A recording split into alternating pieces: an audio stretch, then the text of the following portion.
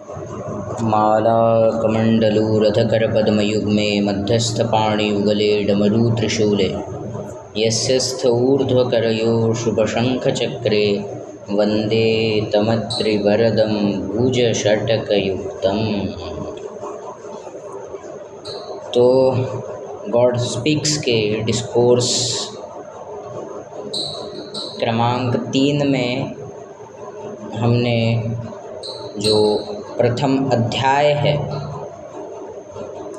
जो कि है स्टेट ऑफ कॉन्शियसनेस हमने शुरू किया है, और हम जो है 2 पेजेस कवर कर चुके हैं उस चैप्टर के। तो थोड़ा सा जो है बेसिक मैं आपको बता देता हूँ कि क्या हमने तीसरे डिस्कोर्स में देखा था। हमने आत्माओं के बारे में जाना, आत्मा का स्वरूप क्या है, उसके बाद आत्माओं की चेतना में जो है फ़र्क कैसे पड़ता है, उन्हीं चेतनाओं की भिन्नता के कारण आत्मा जो है कैसे विभिन्न भूमिकाओं में विभिन्न अनुभवों के साथ विभिन्न शरीर धारण करती है, और उसके बाद इन शरीरों में विचरण करते हुए, उन भुवनों में विचरण करते हुए कैसे आत्मा बंधन में पड़ती है। बंधन में आत्मा जो पड़ती है तो उस समय विविध संस्कारों की वजह से जो है आत्माओं को निरंतर जो है विचरण करना पड़ता है। उसमें हमने 4 कैटेगरीज़ देखी है। कौन सी है? पहली कैटेगरी है स्थूल शरीर, स्थूल लोक एवं स्थूल संस्कार। दूसरा है सूक्ष्म शरीर, सूक्ष्म लोक और सूक्ष्म संस्कार। और तीसरा है कारण लोक, कारण शरीर और कारण संस्कार। तो यह हमने देखा था। और चौथा क्या है? तो 3 ही हो गए। चौथा जो है वह है अहम ब्रह्मास्मि, जो है परब्रह्म से जिसका जो है साक्षात्कार हुआ है, जो अहम ब्रह्मास्मि का स्टेट है, जिसको अहम जो है हमने अहम नाम से जिसे हमने एक्सप्लेन किया था, सेल्फ नाम से जिसको बाबा लिखे हैं यहाँ पर। तो अब आगे आने वाला जो प्रकरण है बड़ा सुंदर है, क्योंकि फिर हमें समझ में आएगा कि कौन से संस्कार वाले जो आत्माएं हैं वो किस किस प्रकार से विचरण करते हैं। चलिए पढ़ना शुरू करते हैं। श्री गुरु चरण कमलेभ्यो नमः। 10 souls with gross expressions experience the gross sphere through gross body. They experience different diverse experiences such as seeing, hearing, smelling, eating, sleeping, clearing the bowels and urinating. All these experience of gross sphere.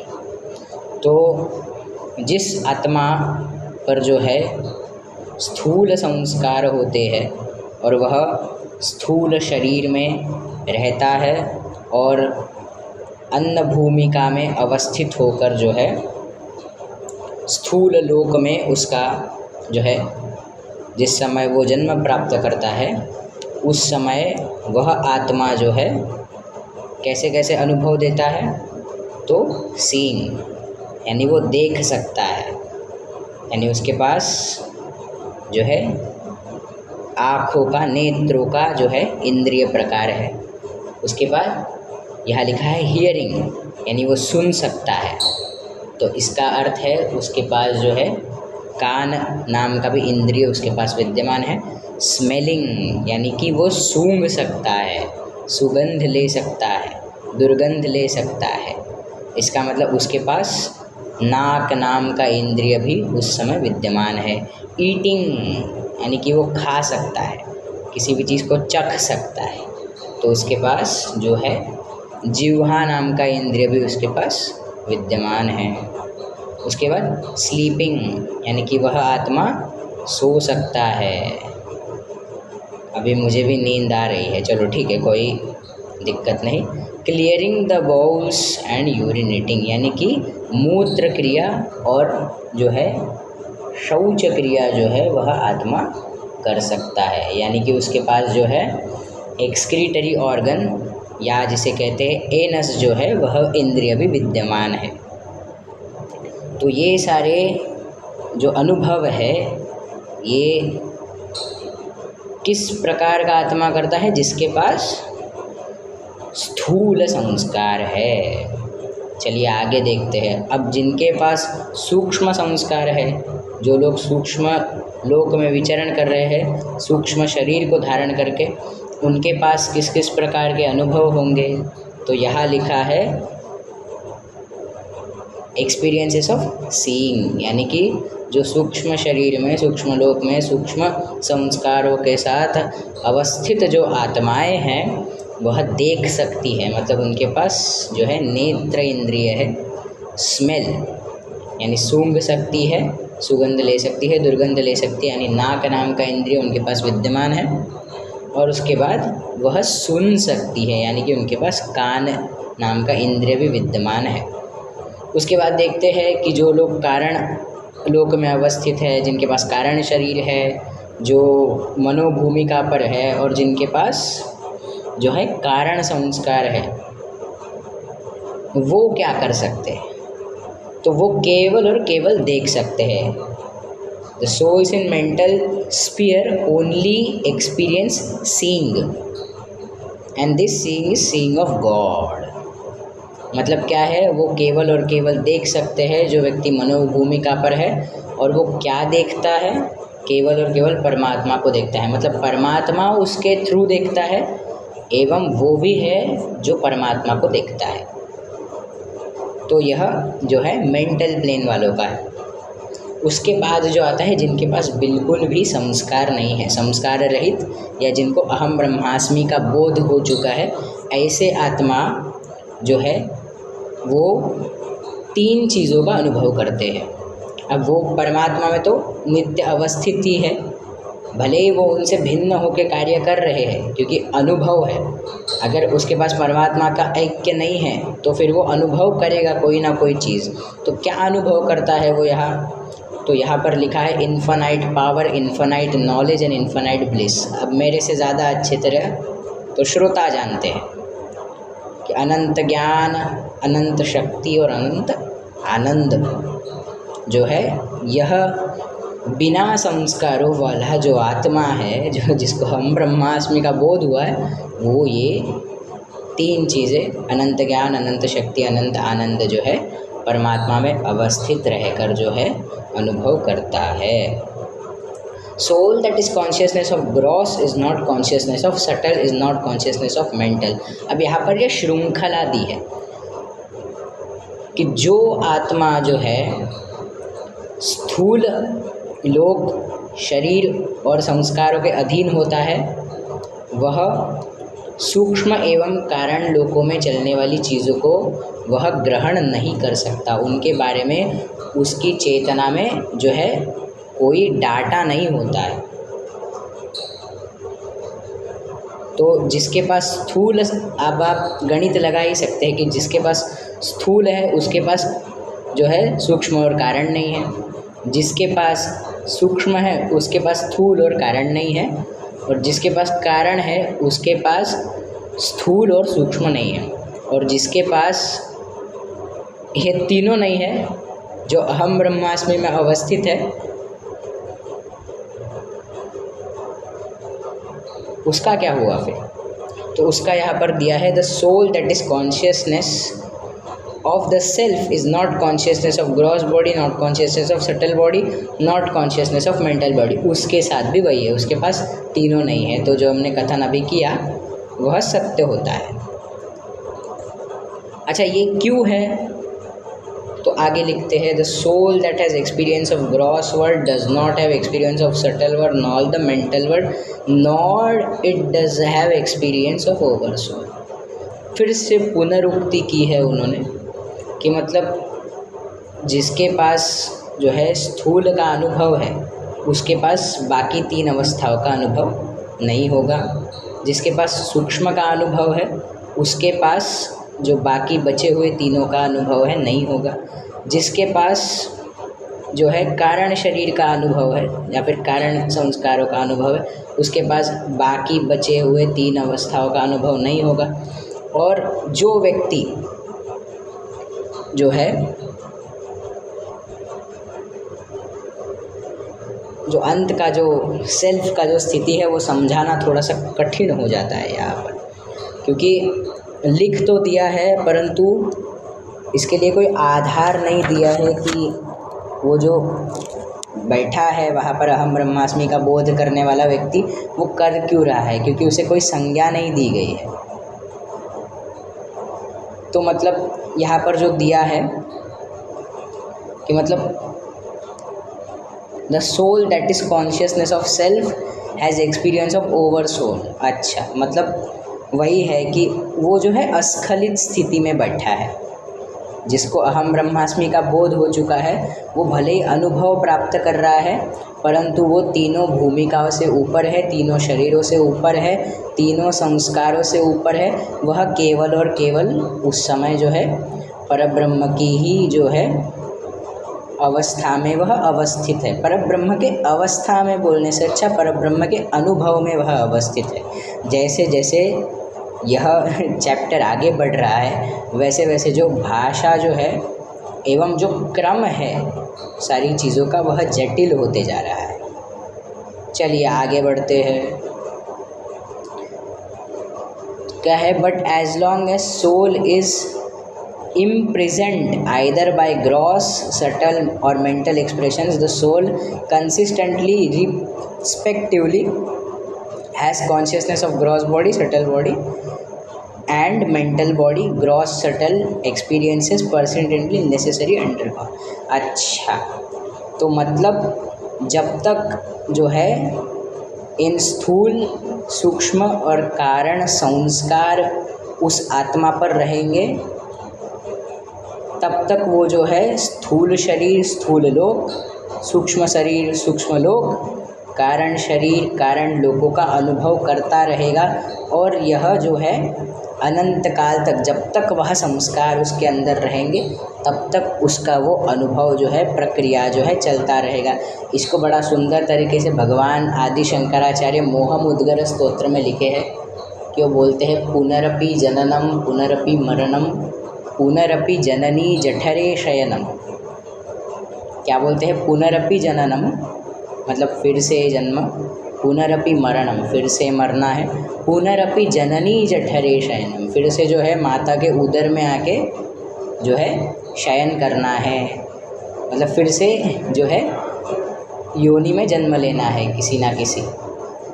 तो आगे फिर शंकराचार्य प्रार्थना कर रहे हैं कि ये जो संसार है, यह संसारे बहु दुस्तारे, यह जो तुमने बनाया है ना संसार ये बहुत बड़ा है, बहुत दुस्तर है, बड़ा अपार है, कठिन है इसको। इसीलिए वो बोलते हैं कृपया पारे पाही मुरारी, कि हे मुरारी, हे भगवान हमको निकालो यार इसमें से, रिक्वेस्ट करते हैं आपसे। मतलब इसी जो है भाव से शंकराचार्य बोले कि यार पुनरपि जननम पुनरपि मरणम, कब तक जिएंगे, कब तक मरेंगे, कब तक फिर से किसी ना किसी योनि में आके जन्म लेंगे, तो उससे अच्छा खींच ले हमको बाहर।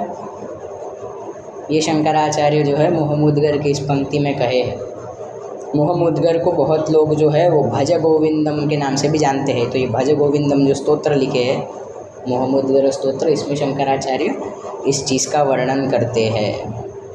तो शंकराचार्य ने तो मतलब संस्कारों के बारे में कुछ नहीं बोला है, लेकिन फिर भी वो जो है भगवान हरि को बोल रहे हैं कि इस चक्र से हमको निकालो। इन जनरल क्या है, हमारे संस्कार नष्ट करो, हमारे संस्कार काटो, हमको निकालो यहाँ से बाहर। बस वही प्रार्थना की गई है, वही प्रार्थना हमको भी करनी है परमेश्वर से कि ये गॉड स्पीक्स जो हम सुन रहे हैं उसके जो है उस गॉड स्पीक्स के जो है प्रेममयी संस्कार हमारे जो है आत्मा पर हो, और जितने भी सूक्ष्म स्थूल और कारण संस्कार है उन सब का दहन हो जाए, शमन हो जाए, निर्दलन हो जाए, निराकरण हो जाए, जो है उनका जो है निषेध हो जाए, विनाश हो जाए, नाश हो जाए, उनका जो है समाप्ति हो जाए।